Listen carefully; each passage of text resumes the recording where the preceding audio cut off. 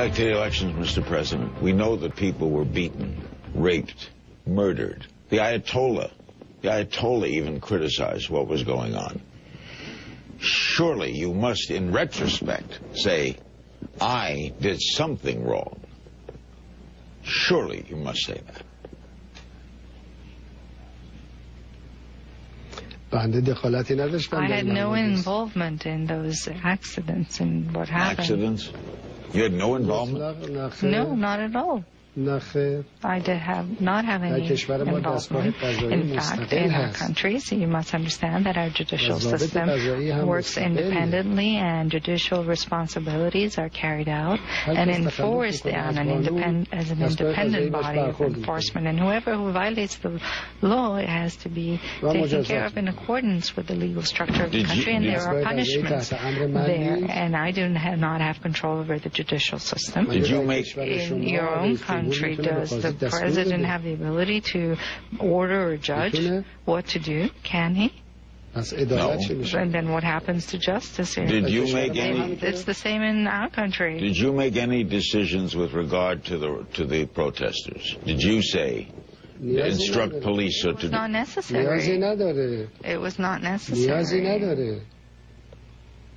The law decides what everyone how everyone should be dealt with. Whoever who violates the law has to appear before the judicial system of the country, and the judicial system of the country takes care of it. This is a quite clear logic out there. Nobody cracks down on people. Let's discuss. It was a violation of the law that had to be dealt with by the law. Let's discuss the violent death of a young woman named Neda. During the June protests, she was captured on video and shown around the world. Everybody saw it, and you have said that her killing is being treated as a suspicious death. What does that mean?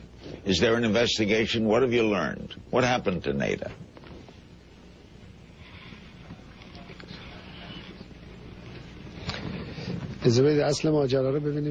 Now let's see what happened.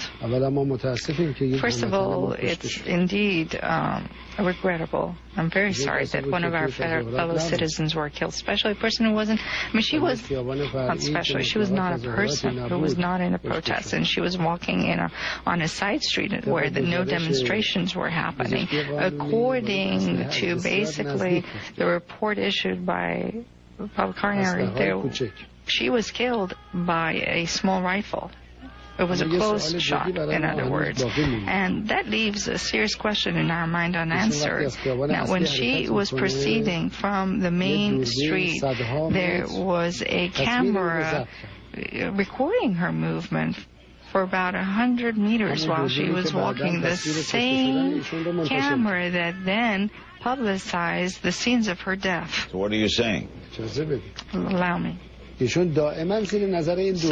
was being watched by this camera that were then used. I mean, the footage was used in Europe and in the United States to show her death.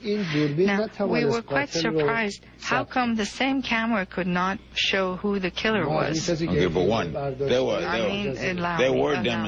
demonstrations. Allow me. All right, there were demonstrations. No, just correct. There were demonstrations there, and there were cell phone cameras as well. There wasn't just one camera. No.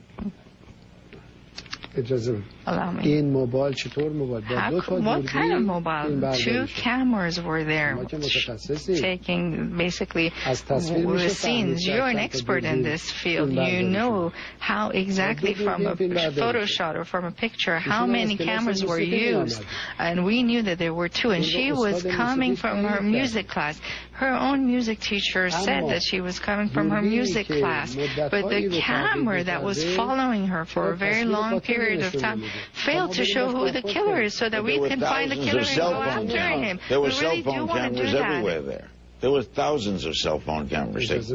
What are you implying, though? I mean, what are you saying? Allow me. The same person who used the mobile cameras for tens of minutes basically following this lady can at least release the picture of the murderer so that we know who he is and go after him so that our judicial system can basically arrest the person. Now, if there is a camera that can actually follow a person for tens of minutes. How is it logically possible for the same camera to fail to show who the murderer is? This is a question mark in our mind, and I want to inform you that in a coup that was staged against Mr. Chavez in Venezuela, a very similar scenario was carried out.